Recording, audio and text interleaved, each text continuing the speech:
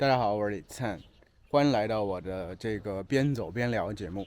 今天咱们聊一个挺有意思的话题，就是内向的人能否学好中文啊？这似乎是一个很无聊的问题，但是好像又和很多人呢息息相关啊。因为很多人会说：“哎呀，我就是一个内向的人啊，老师，那我这样的人还能学好中文吗？我还有这个学好中文这个前途吗？”对，这其实是我想今天和大家探讨的地方，是不是你的性格对你学习语言，甚至做很多事情都有很大的影响呢？我觉得影响肯定是有的。或许有些人说，哎呀，语言它最重要肯定是用来说的，对不对？你看那些外向的人，特别喜欢说话的人，他就可以遇到任何人，在任何场景都能侃侃而谈。他自然而然的，他语言锻炼的机会也多，所以他语言学习的自然就好。对，这确实没错。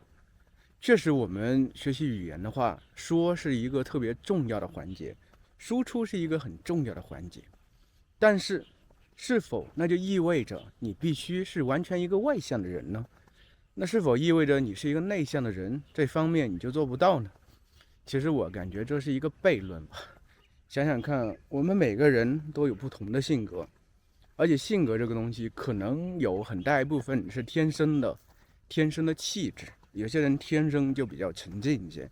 有些人天生就比较外放一些。这个时候，这些东西都是在娘胎里就决定的，不由你做主，对不对？但是我觉得很多事情它都是在不断发生变化的。一开始你认定是这样一个状态，它未必会永远是这么一个状态。我不是在 push 你，就是说，哎呀，你是一个内向的人啊，你一定要让自己变得不一样啊，并不是这个样子。我觉得很多东西它是一个自然而然的过程。内向的人，其实在这个世界上做出成就的就很多很多很多，你看起来是好像仿佛是外向的人，他其实他的底色是内向。就像我，你们觉得我是一个外向的人还是内向的人？很多人说，老师你在偌大这么一个公园侃侃而谈，刚才还有一个人迎面和你走来，你好像都不为所动啊，你应该是一个外向的人吧？我其实现在已经有点模糊了，这个边界对我而言已经有点模糊了，我甚至都已经不忘记了，我到底是一个内向的人还是一个外向的人？为什么会有这样的困惑呢？因为我仿佛觉得自己应该是一个挺内向的人，这个东西也不是说完全没有根据的，就说啊，老师你在胡说八道啊，你看着就不像一个内向的人。但是说实话，一个人内向，除了我说的一开始这个有从娘胎里带来这么一种状态之外，还有一个环境造成的因素。环境为什么会造成你比较内向呢？我感觉很大一个原因就是这个环境带给你的不安全感、不安定感。就是我能想起来，从我大概3年级，就从乡下到城市里之后，我突然之间已经慢慢的，不能说突然之间啊，就是慢慢的变得很内向。原来的之前的原因我说过，就是可能因为在2年级到3年级这有一整年的时间呢，我父母都已经在城里打拼，我在乡下和我奶奶2个人生活在一起。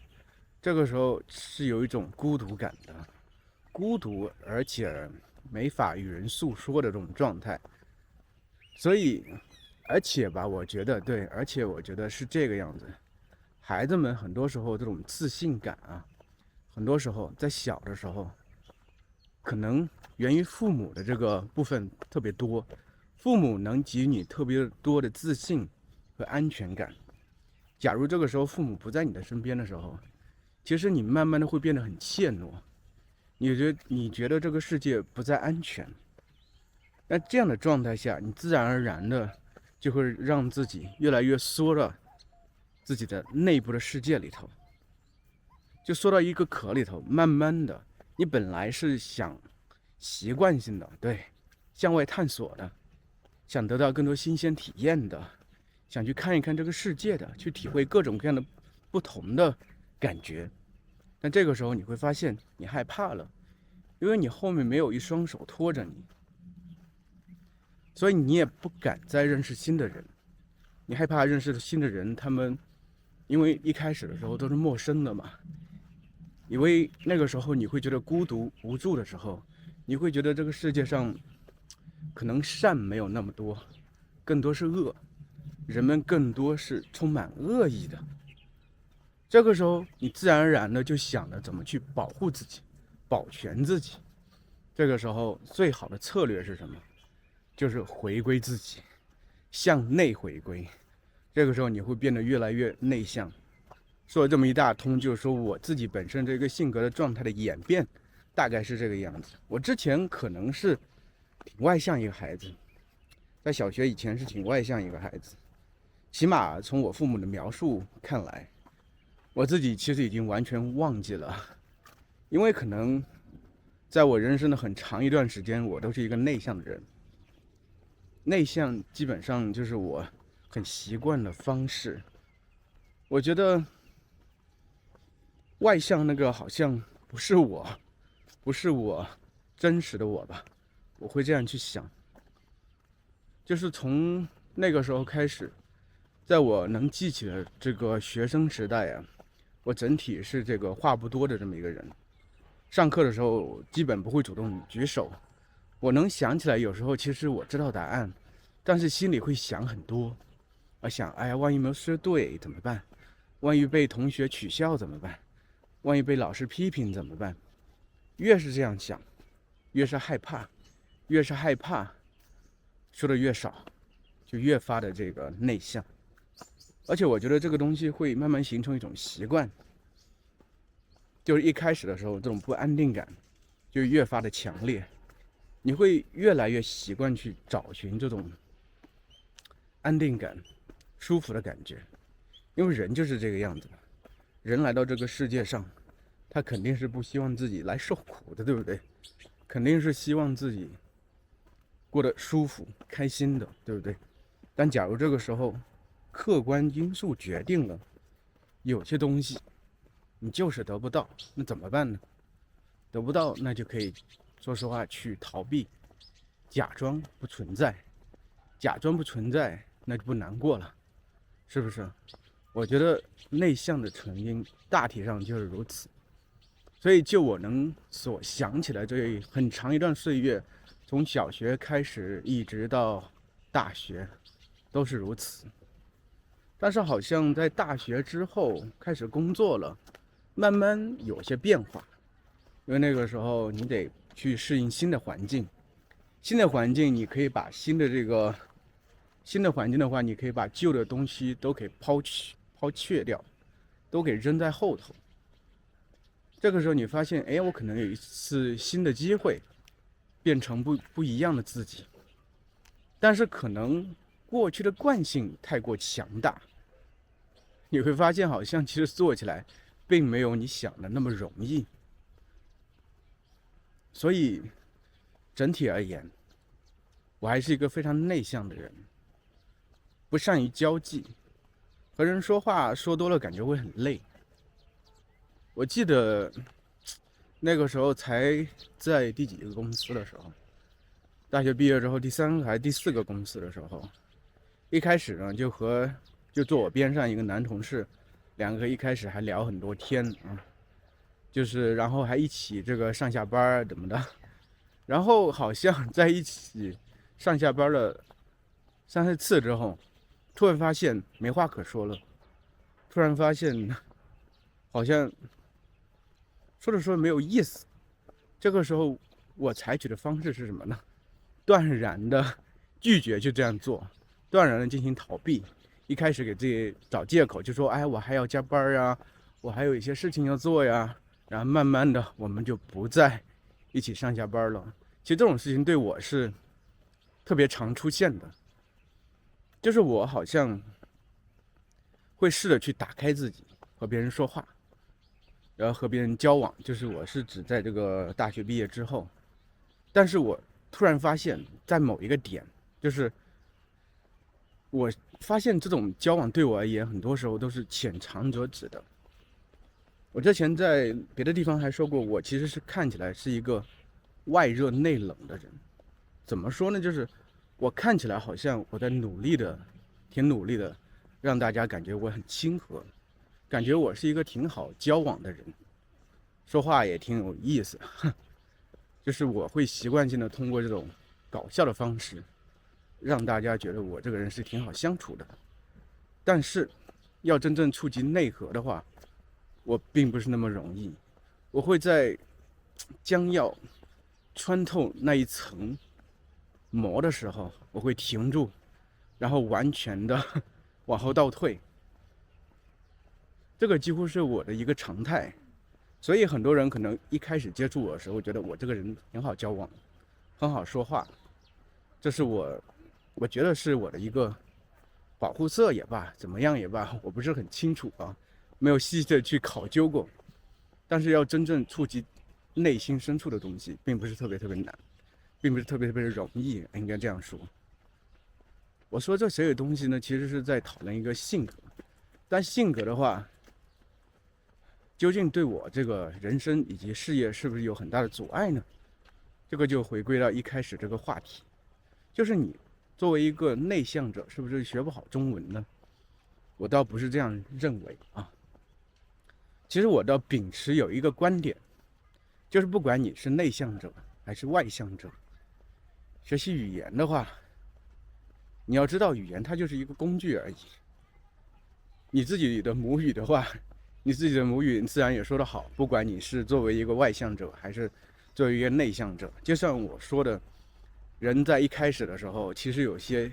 性格特质是天生注定的，在娘胎里就有的。那样的话，其实不管你是一开始是什么一个状态，你都能学会你的母语，对不对？说实话，说明这个没有必然的关系。那现在我们就回归到就最开始的时候，这个地方有点吵，我要远离这里。最开始的时候，我们作为小孩子，我们是怎么学会这门语言的？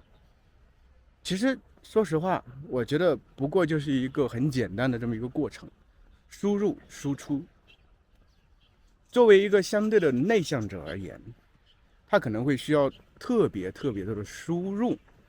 然后达到这么一个状态，就是觉得啊，我很有自信了，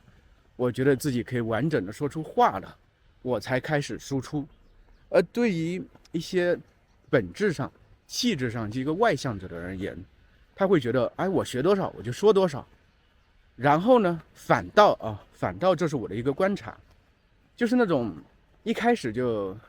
很早就习惯去说话的孩子，外向的孩子，反倒一开始的时候会有很多所谓的耳语，就是说话不怎么清楚的这种状态。反倒是那些内向的孩子，就一开始他需要特别长的时间去吸收语言的这些素材，然后在自己脑子里整合，然后等到自己足够自信的时候再开始说话。反倒他们说出的话都是特别清晰的，特别完整的，表达特别清楚。这个其实是很有意思的一个语言现象。就是我儿子就是这么一个样子，就是一开始的时候，我和他妈妈都特别担心这孩子怎么不说话呀。2岁多的时候，看别的孩子说话的已经特别特别好了，我儿子就是不说话，而且说话就是喜欢发出那些很奇怪的声音，但是不说话。我和他妈妈都特别担心啊，甚至动了去医院检查的念头。后来就是去找资料呗，到网上去看一下中文的这个互联网看一看，外国的互联网看一看，然后给自己找一些安慰，就说啊，这个孩子应该是还在正常的范围之内啊，应该没有大问题吧，安慰自己。想不到有一天他开始说话了，特别清晰，特别完整，特别流利。所以我觉得这个其实对于内向者而言是有一个借鉴意义的，就是我们到底什么时候开始说话是最合适的呢？我们或许比较内向，或许我们或许比较内向的状态下，我们是不是也不用特别着急，对不对？是不是也可以等到自己完全的准备好再开始说话呢？对不对？说明内向它未必是一个特别特别大的因素，就造成你能不能学好中文这么一个关键所在。但是啊，话一说回来啊，现在回到我自身的例子而言，就我很喜欢以自己作为例子去表达一些东西，因为这些东西是我切身感受到的。我觉得，就是这个样子，因为我有所经历，我知道经历了，说明对我个人是适用的，而且我相信有很多人和我是一样的。我的经历未必适用于所有人，但我相信是适用于很大一部分人的。我个人的经历就是，我作为一个以前的这么一个内向者，现在你说我是一个完全内向者，我是不相信啊，你可能也不相信。我作为以前的前度的这么一个内向者，深度内向者，我会常常想，就是我现在说话可以这个样子，到底是怎么达到的呢？甚至可以拿着这个照相机在公园里这样边走边聊，而且周边都有很多人。但是啊，大家不要以为我现在已经锻炼那种状态，就是在闹市区啊，前面人来人往，我都可以这么自如的说话，这是不可能的事情。我心里还是会咯噔一下，然后会犹豫啊。每逢啊，你们看到我说话的时候，突然之间好像有点游离了，好像有点不知所云的时候，你会知道，其实对面来人了，迎面来人了，对，其实还是一个锻炼的过程。但是我想说的就是，我为什么能这样侃侃而谈呢？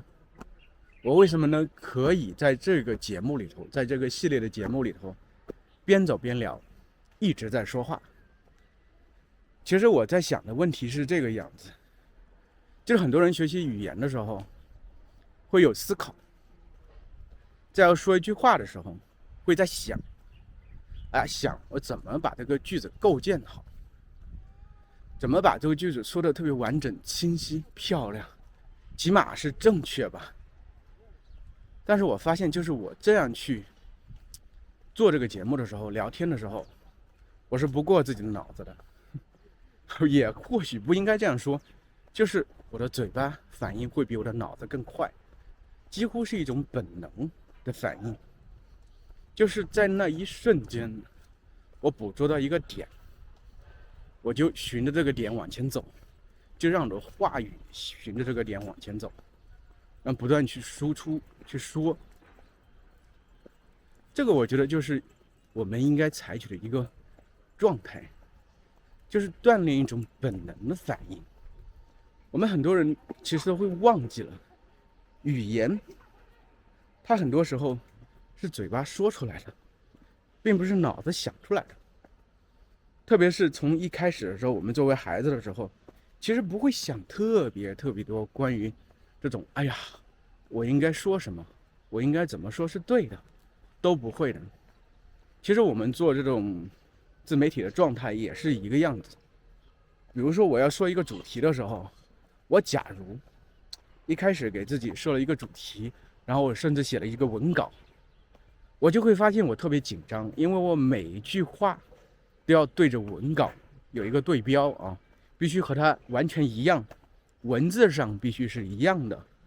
这样的话，其实对我而言会特别的难。难点在哪里呢？就你心里会有一个预期，你好像自己就是自己的一个老师。假如你说错了，你就会明白，你一定会受到批评。这个被批评的状态几乎是我们从小就习得这么一个习惯，特别是在学校里，特别对于这个内向者而言，那么外界的这个批评的声音那就太多了，到处都是批评之声，到处都是挑自己毛病的这个眼光，对不对？所以正是因为如此，我们才会越发的内向，对不对？所以怎么去克服这个状态呢？怎么去克服这个状态？就是屏蔽这些东西。首先从屏蔽自我批评开始，自我挑刺开始。就是一开始的时候，比如说我在做这个说这些东西的时候，一开始的时候不要给自己任何设限。设限的意思就是给自己，比如说写下一些文稿，比如说这个话题应该怎么说，而是任着自己的这个思绪流走，更多的是任着自己的嘴巴去说，慢慢练着这个巧舌如簧。其实我现在说话的时候，我就是真的在说话，我脑子真的，我感觉上啊，中国人会说啊，你这个人说话的不过脑子，我感觉确实不需要过脑子。假如我所有话每一句话都需要过脑子，那样的话，其实我觉得我很难达到特别自如的、自在的去说话。很多时候就是让你的嘴巴先行。我觉得学习语言也是一个样子，让你的嘴巴先行，而不是你的脑子先行。你脑子先行，你就会有一个停顿，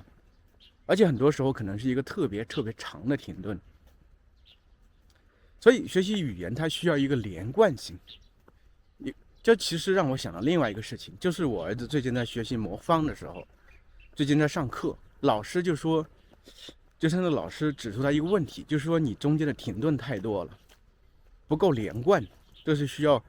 克服的地方。就是玩魔方的人，他玩得好的人，不在你手速有多快，更多是一种连贯性。这种连贯性呢，是一种慢慢培养起的本能的对下一步的预判性。就是比如说你在做到这一步的时候，你手在动的时候，你应该已经开始去想下一个地方，然后这个边手一拧完，那边已经找出答案，再开始拧下一个，然后整个过程应该是行云流水一般的，它不应该有那么多的停顿。这其实和学语言说中文是不是特别像？有些人在说中文的时候，中间会有很多的停顿，会在想我下一句应该说什么。其实一开始的时候，当然应该会去想一下，因为这个语言对你而言是陌生的。但是我们需要锻炼的就是这种能力。你可以在说一句话的时候稍微说的慢一点，但是呢，这一句话和下一句话衔接的地方，你需要慢慢让这个停顿变得越来越小。对，让他们之间，让他们慢慢的变成这样一种完全扣在一起的关系，就是一句连着一句，一句连着一句，不带停的。就是我这种状态。比如说我在说话的时候，我可能有时候也需要去思考，这个时候我需要去想下一句该说什么的时候，我会做一些衔接，会说一些废话，会突然跳到另外一个句子上面去，然后把我内心那些东西稍微又规整一下，在我嘴巴上以一个非常完整的状态呈现出来。比如说我刚才这句话基本上是一句废话，但是它已经很好的嵌入了我的整个说话的体系里头。所以我觉得大家就是不需要把太多的时间花在思考上面。学习语言，哎呀，手好僵。学习语言，说语言的时候，更多是锻炼一种本能的能力。所以说，这和这个你是内向者还是外向者是根本没有任何关系的。内向的人也可以这样做到，外向的人也可以这样做到。其实我现在也接触了一些例子，有些朋友他其实真的是纯内向的人，他甚至都不怎么和别人交流的，不怎么和别人说中文，但是他中文为什么说的那么流利，用词特别精准？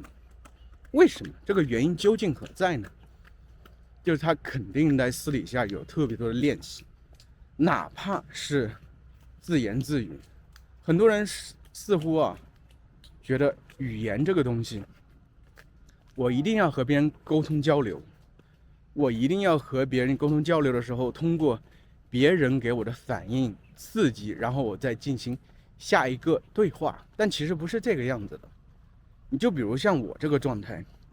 我要锻炼自己的口才，其实是一样，对不对？不是所有中国人口才都特别好的，可以就着一个话题不断的去说下去的。这个就是一种锻炼出来的能力。而我，你可以看到我，但我在大叔中文上有锻炼自己的能力，和查书笨书对不对？聊一些话题，但其实很多能力是我私底下自己在做视频的时候锻炼出来的。我自己必须一句话环环相扣的一句话连着一句话，这样不断的推进。这些东西都是一种锻炼的能力，就自言自语的能力。自言自语之后呢，其实我觉得做自媒体啊，其实有一点和学习语言是相通的，就是你可以去不断去回看自己到底说了什么东西，然后你确实能从中发现自己说话问题在哪里。所以你假如作为一个内向学习者，你觉得一开始的时候我真的不是特别想和别人交流，没有关系，和自己说呀。但是和自己说的时候，千万给自己找到一个大概的主题，然后千万把自己说的话录下来。对，这是我一个非常我觉得是中肯的建议，就一定要把自己说过的话录下来。只有真正把自己说过的话录下来之后，你才能发现自己说话问题究竟出在哪里，自己才能发现怎么去改进自己这个说话的一个状态。因为我们都知道，说话本来就是这个样子。我们每天可能在学习一门语言的时候，会吸收特别多纯正的这个语言材料，但这语言材料它如何在你脑子中整合出来呢？就是需要你自己去说，去输出，去做。而且这些输出去做，它更多是应该是一种本能的反应，你应该把它慢慢锻炼成一种本能的连贯的这种反应，而不是一开始的时候你可能需要想很多，说明你这一步还在初级阶段。你慢慢让自己变到我不需要想很多，而且慢慢很多东西就自然而然的融入你的这个语言里头。其实一开始的时候学习语言肯定都处于模仿阶段，模仿的我觉得不应该只是发音而已，模仿的更多是一种表达的方式。为什么很多同学他说话特别地道？因为他肯定和他这个输入的东西、输入的语言材料有很大关系。然后输入之后，这些东西真的是真正的变成了他的东西，而不是说只是停留在他的一个语言库里头。停留在他语言库里头，或许他认识，他听到的时候觉得好像是的，但他没有变成他一个本能的东西。本能的东西就是在当下，在一个瞬间的状态下，他能反应过来，然后把它说出来，这才是本能的东西。所以我觉得，不管你是一个内向者也罢，外向者也罢，其实我觉得归根到底，要做的事情是一样，不代表方式会一样，因为每个人都是不一样的，每个个体都是不一样的，他面对外界的这个反应都是不一样的。但是我觉得肯定能找到一个契合点，这个点就是自我锻炼这个能力。其实我们再举一个相对大家更好理解的例子，我们在小时候学习语言的时候，一开始的时候并不是通过那么多的互动学会这门语言的，更多是通过吸收，然后有一种渴望，一种喷薄而出的这个说出自己内心想法的这种渴望，因为对这个世界充满了好奇。就像这个，我突然想起《百年孤独》里头，一开始的时候就说这个世界是很新的，很多事情都缺少名字，只能指点点。那个时候多么难受！假如你才来到这个世界上，很多东西你都只能指点点的话，那样多痛苦，对不对？假如这个时候你突然明白有一个语言系统在那等着我呢，只要我学会它，我就可以对这整个世界进行描述，进行评论，进行参与，我就可以嵌入这一个世界里头。那种感觉，那种快感，那种满足感，我觉得真是无以伦比的。学习中文就是如此。学习中文的话，你可以当自己重生了一遍，作为一个孩子重生了一遍，以一个孩子的眼光去看待